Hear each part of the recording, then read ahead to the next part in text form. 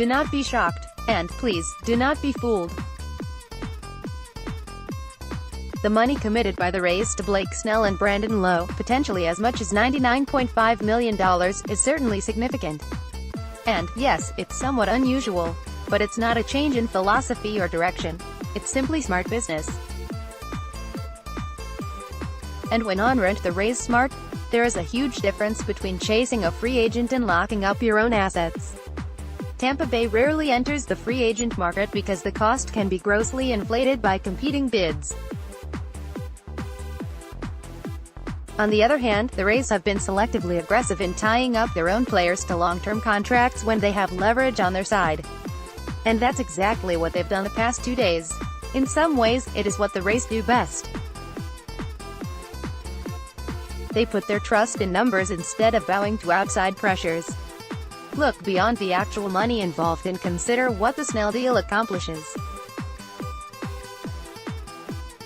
While the contract has advantages for both sides, it won't drastically change Snell's future in Tampa Bay. The way baseball's labor laws work, he was already tied to the Rays through 2022. So, in that sense, this contract offers only one additional season in 2023. And, if you've been paying attention, you'll know there is at least a decent chance Snell will be traded before then.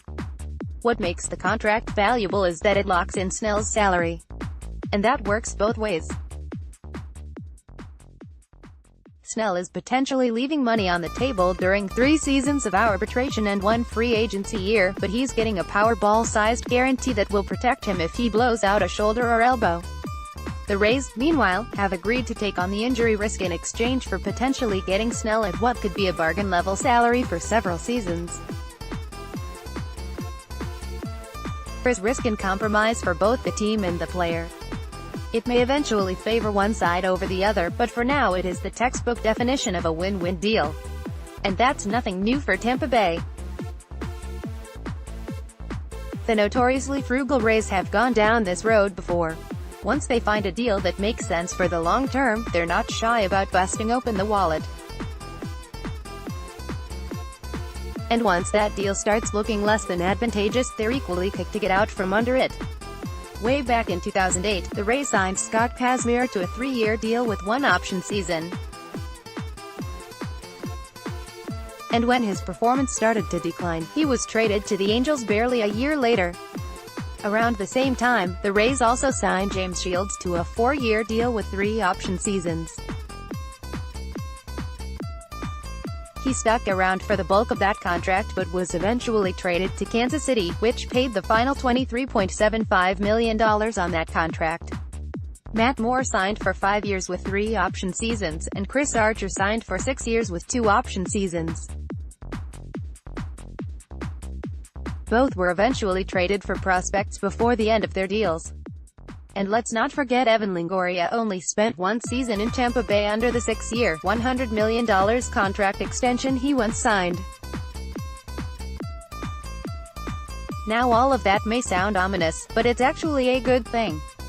There's not a single one of those trades that the Rays, or most fans, would want to undo. By the time those players were dealt, their contracts no longer made sense for Tampa Bay. In some cases, the trade was simply about finances. In some cases, it was also about the prospects gained in return. Does that mean Snell and Lowe are bound to be traded? Not necessarily. It will depend, obviously, on how Snell and Lowe are performing. It will also depend on whether the window of opportunity to contend remains open. So, while it looks like the Rays have taken on the burden of future salaries the past 2 days, what they've actually done is provided themselves with options for the future. They didn't just spend money. They spent smart money.